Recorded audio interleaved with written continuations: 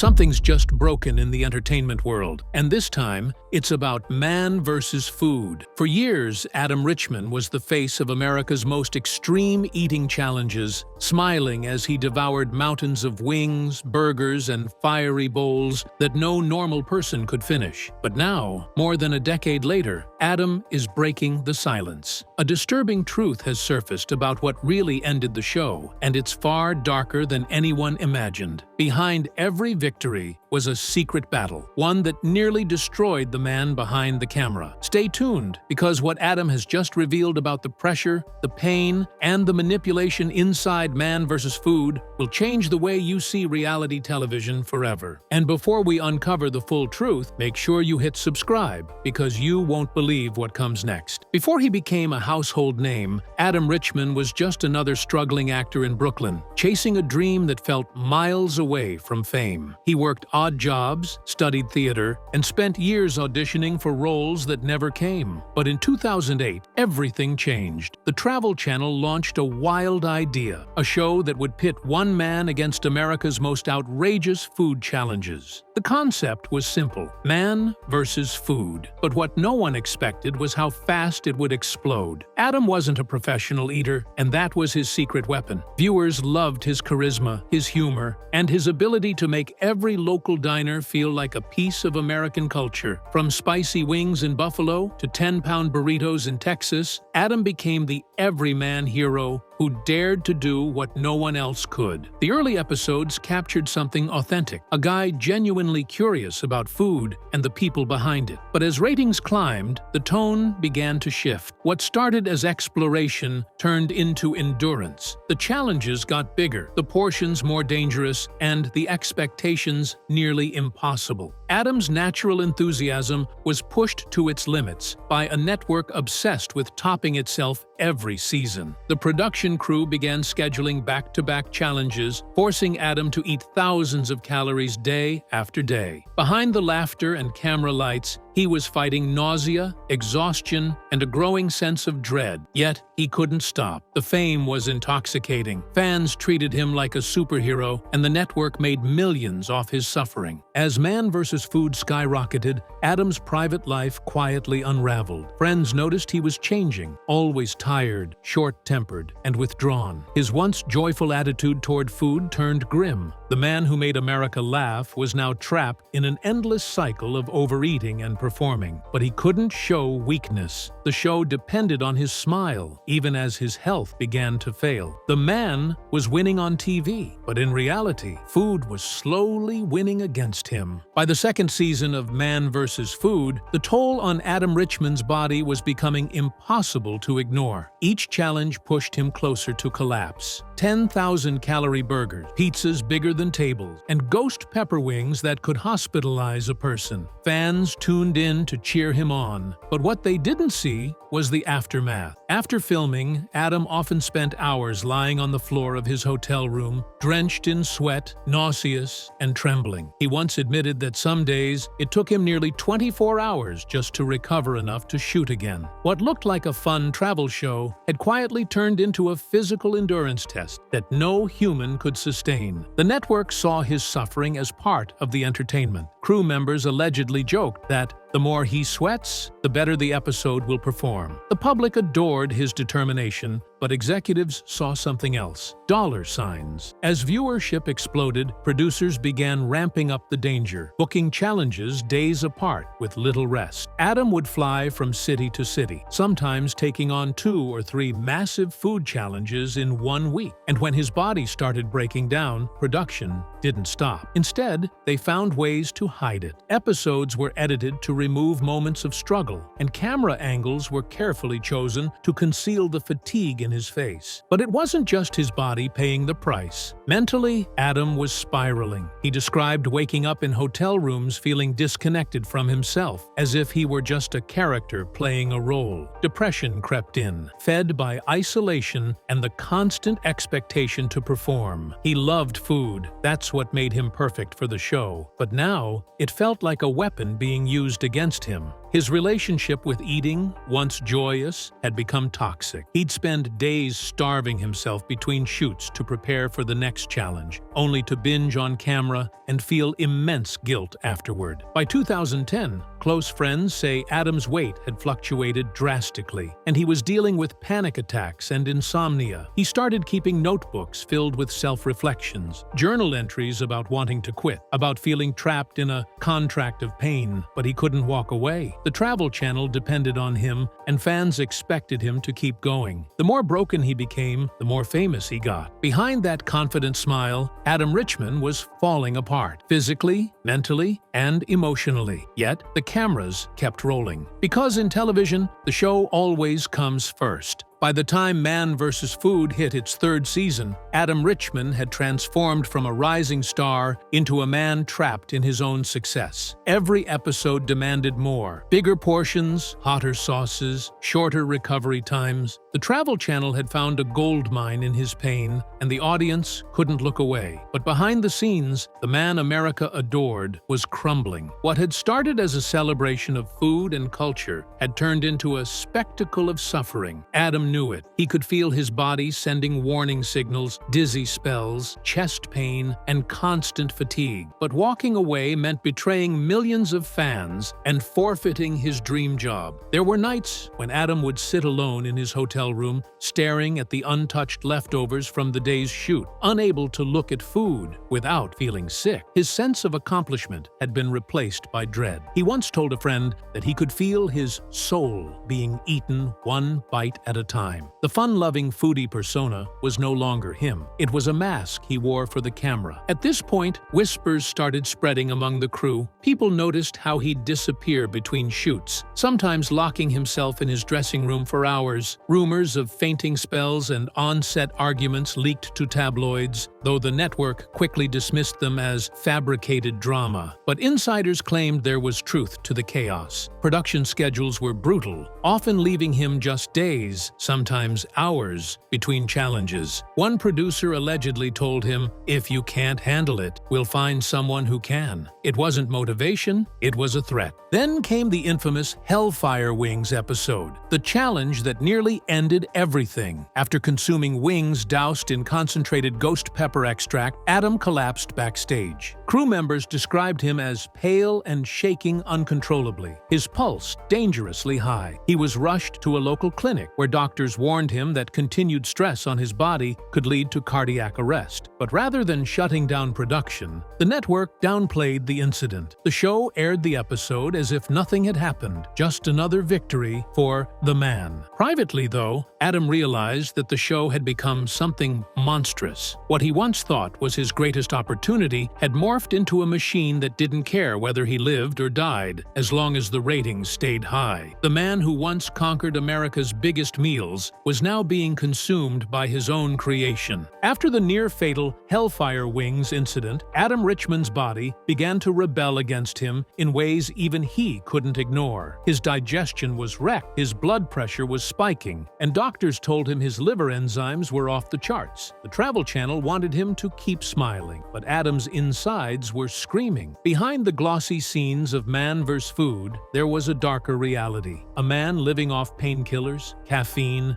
and forced enthusiasm. Friends said he'd call them late at night, panicked and depressed, saying, "I don't even taste the food anymore. I just feel it fighting back." The danger wasn't just physical. Psychologically, the toll of constant overeating, public expectation, and endless travel was eroding him. He was a people-pleaser by nature, desperate to make fans happy. But that need became a cage. Online forums mocked his weight gain. Late-night talk shows made jokes about his stomach, and viewers who once cheered his victories now criticized his appearance. The man who helped make America laugh was being publicly humiliated by the very fame he helped create. Behind closed doors, he began to see a therapist, trying to cope with anxiety, insomnia, and body dysmorphia. Every session seemed to peel back another layer of what the show had done to him. He confessed that he felt like a product, not a person, and feared that if he quit, he'd be forgotten overnight. His agent urged him to ride it out for one more season. But Adam knew he was approaching approaching the edge of something irreversible. His relationship with food, the thing that once defined his joy, had turned into pure trauma. When he wasn't filming, he avoided restaurants altogether. He started carrying supplements instead of snacks and obsessively tracking his calories. Crew members noticed he looked gaunt, his humor dimming with each episode. Yet when the cameras rolled, he forced that same grin, that same cheerful energy, pretending everything was fine. The fans saw a man conquering colossal meals. What they didn't see was the hospital visits, the panic attacks before filming, and the self-loathing afterward. The irony was brutal. The man who made food look fun had stopped eating for pleasure entirely. And though Adam hadn't said it yet, the truth was becoming clearer with every passing episode. Man versus food was no longer entertainment. It was slow self-destruction, televised. By 2012, the cracks could no longer be hidden. Adam Richman was at his heaviest, exhausted, and mentally unraveling. The smiles on screen were rehearsed, the laughter forced. During a break in filming, he reportedly told a producer, "I'm done pretending this is fun."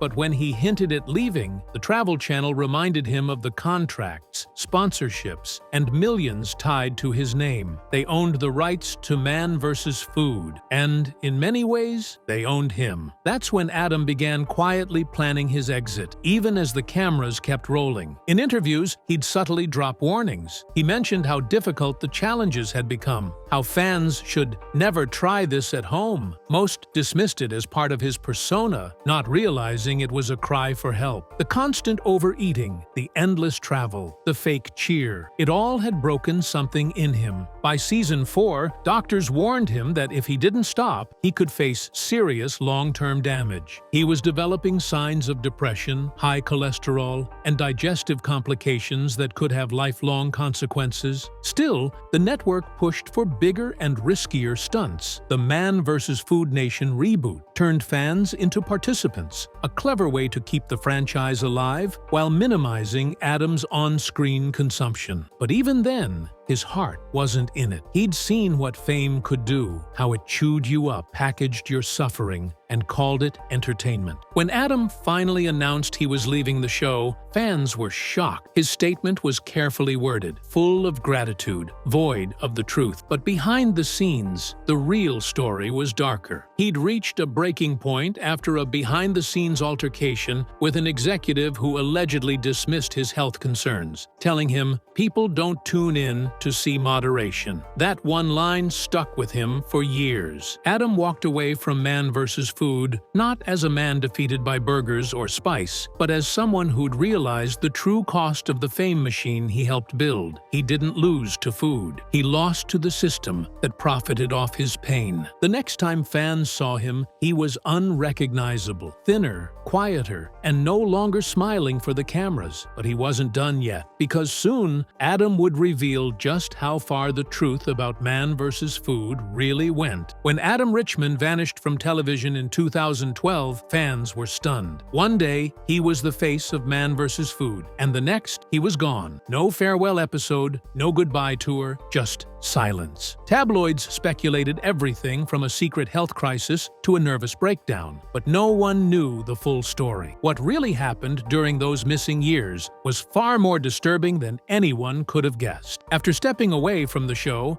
Adam checked himself into a private wellness retreat overseas. His doctor had given him a warning he couldn't ignore. If he didn't stop what he was doing, he'd die young. His body had been pushed to the limit. His metabolism was wrecked, his cholesterol dangerously high, and his blood pressure spiking daily. The retreat's staff reportedly described his condition as food trauma. He wasn't just detoxing from calories, he was detoxing from fame itself. In later interviews, Adam admitted that Man vs. Food nearly destroyed his relationship with food entirely. He couldn't eat without feeling guilt, couldn't enjoy a meal without remembering the cameras and the pressure. He revealed that the show's constant pushing had left him physically addicted to overeating, something he had to unlearn over years of therapy and rehabilitation. He called those post-show years his ghost years, when he disappeared from the public eye and battled the demons that fame had given him. When he finally re-emerged years later, fans barely recognized him. He had lost over 70 pounds, adopted a strict fitness routine routine and seemed like a completely different person. But his return came with new controversy. Some accused him of abandoning the fans who made him famous. Others believed the network blacklisted him for speaking too openly about what really went on behind the scenes. Rumors even circulated that he had signed a non-disclosure agreement, preventing him from revealing the worst details about his time on Man vs. Food. And yet, every time Adam was asked about his sudden disappearance, he gave the same cryptic answer: "I had to save myself." To most, that sounded like a simple explanation. But for those who understood what he endured, it was a quiet confession that the truth behind Man vs. Food was far darker than television ever showed. As Adam's health improved and his silence began to lift, whispers started to surface about what really went on behind the scenes of Man vs. Food. Former crew members began to speak off the record, claiming that the Travel Channel and certain sponsors had hidden the extreme toll the show took on him. It wasn't just overeating, it was manipulation. Producers allegedly pressured Adam to keep performing despite his deteriorating health. They'd tell him to smile through the pain. One insider revealed if he didn't finish a challenge, they'd reshoot or edit it to make it look like he did. What the public never saw were the takes where Adam would collapse backstage, drenched in sweat, his hands shaking from sodium overload and heat exhaustion. One cameraman described him having to sit on the floor, white as a sheet after a 10,000-calorie challenge, only to be told to get ready for the promo shot. The producers had created an illusion of joy, hiding the exhaustion, the nausea, and the heartbreak behind the editing room's glossy cuts. But it wasn't just about ratings. Rumors circulated that the network had strict control over Adam's medical records and contracts. One clause allegedly stated he couldn't discuss his health publicly without approval. When fans started noticing his rapid decline and posting concerns online, those comments mysteriously vanished from Travel Channel's pages. Some insiders believed there was a quiet effort to suppress the growing backlash, to keep the Man vs. Food empire clean,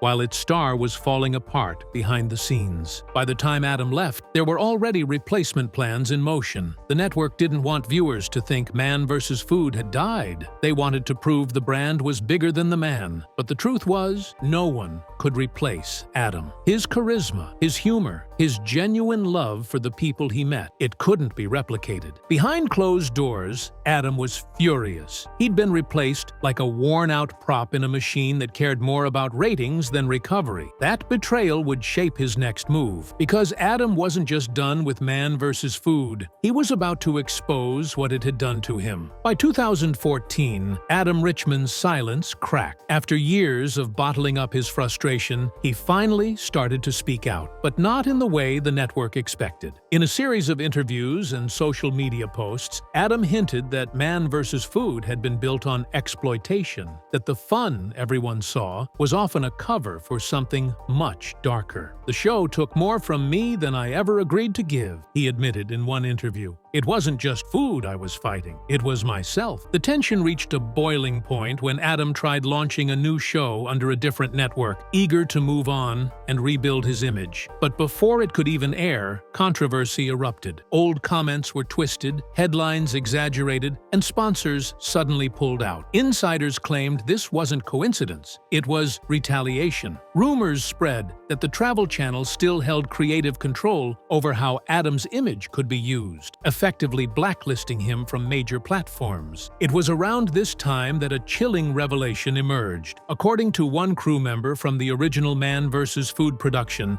there were unaired tapes, footage showing the full extent of Adam's breakdowns during filming. They didn't want the world to see him like that, the insider said. He'd be slumped over, drenched in sweat, begging for a break. But the cameras never stopped rolling. Those tapes were allegedly buried deep within the network's archives, locked away for legal protection. When journalists pressed Adam about these claims, he didn't deny them. Instead, he said something cryptic. Some things were never meant to be entertainment. That single line reignited fan theories that Man vs. Food was more than a show. It was a cautionary tale about fame, consumption, and human limits. But the story didn't end there. Just as Adam began to rebuild his career and his health, something else surfaced, something that would make everyone question whether his disappearance was voluntary or orchestrated. When Adam finally broke his silence in a tell-all interview last year, he didn't hold back. He confirmed what fans had long suspected, that Man vs. Food wasn't just canceled for ratings, it was buried because of what he uncovered. Adam revealed that during his final season, he'd started investigating the ingredients and backroom deals behind the restaurants featured on the show. What he found linked several sponsors to food suppliers accused of unsafe practices and even corruption in the health inspection system. When he brought it to producers, they threatened to end his career if he spoke publicly. Within weeks, his show was over and his reputation was quietly dismantled. Now, years later,